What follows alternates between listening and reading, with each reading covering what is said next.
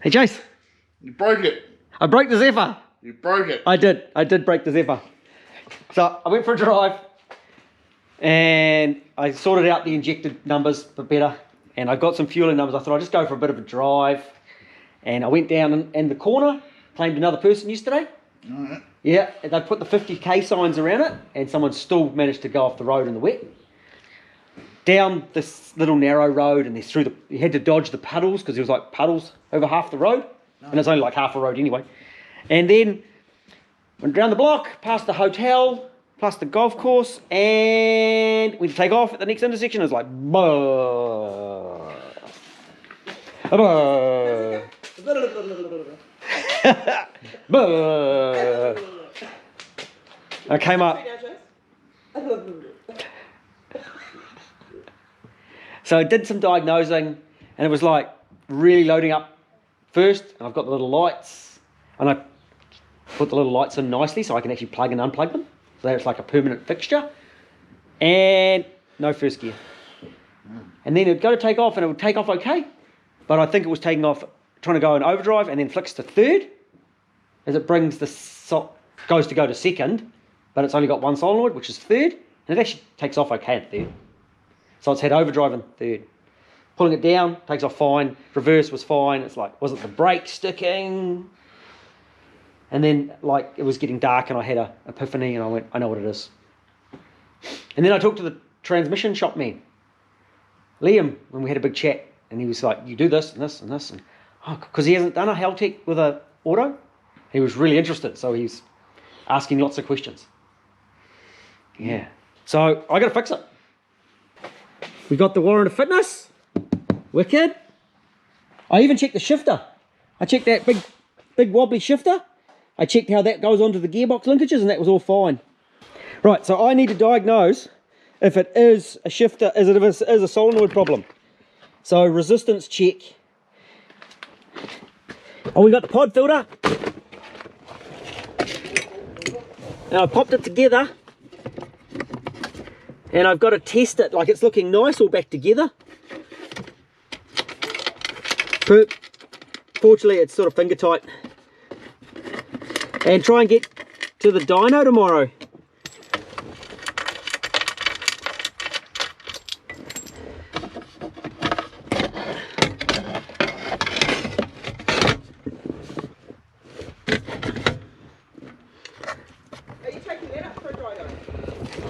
Yes, I am. How are you getting back? I'm driving this there, and I'm driving it back. Oh, okay. That's the goal. Okay. But I got to have first gear. So funny enough, when I grab my two solenoid plugs in here, you've seen me do this before, eh? No, you put that on the hoist. I know. Interrupt me. I know. So what I do is I've got the two wires for the solenoids. I go to earth because these output of power, and I grab my multimeter and I hold it on this one, and it says 30 ohms. And I go to this one, and it says open circuit. No, it might be broken. So either the wire into the box, so I will jack it up and I'll continuity test that wire, or it's the solenoid itself. But the fact that it comes back first thing in the morning for the first couple of shifts kind of points towards a solenoid more than a wiring issue to me. Just what we need the day before dyno. No stress, no pressure.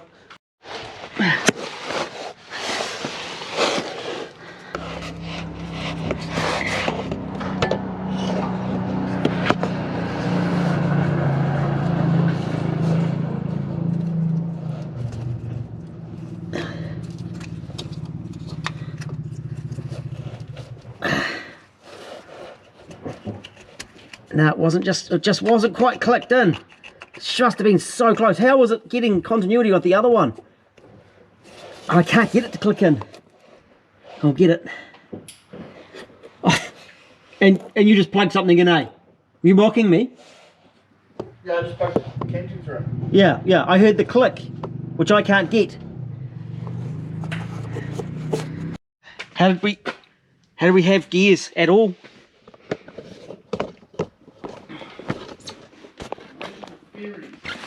Magical fairies.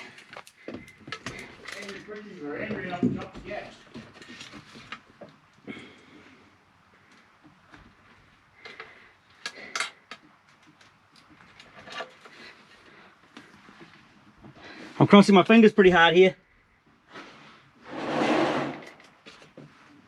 Hey, the resistance is better. Because the other one was at 30 before, and it should have been 15. 14.7. 14.7. Woohoo! We're good, man. Looks like we're going to the dyno.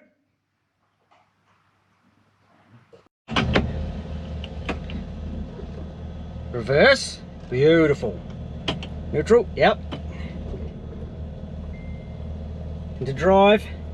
That's first gear there. And that is first gear. Woo-hoo-hoo! That is second gear. Beautiful.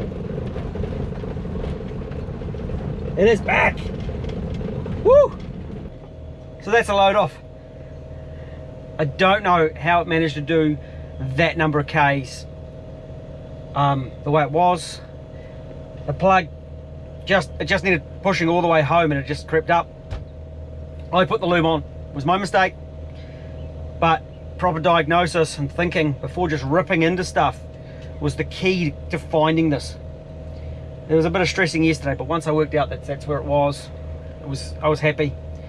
And I knew, I just sort of think of, you know, the best way to diagnose and what testing to do. This is so important. We've got testing, we've got gearbox, we've got shift happening, we've got idling, we've got a fuel mixture, got a wire and fitness, put some tools in it. Looks like we're going to the dyno tomorrow. Woohoo! It's awesome. Windows up my ute. We're just double checking the timing. Jason suggested that the light isn't going. Just bumming now. It's at 10 degrees with timing lock on, and it's 15 degrees when it's not timing lock on. That's perfect. Car pie. Oil and water checks. Full throttle. We have full throttle. We have a little bit more line pressure cable. Adjusted at 5mm. We'll monitor that once we get going. A couple of tweaks on the throttle. Air filter. And a new air filter. We're ready for dyno. Dyno.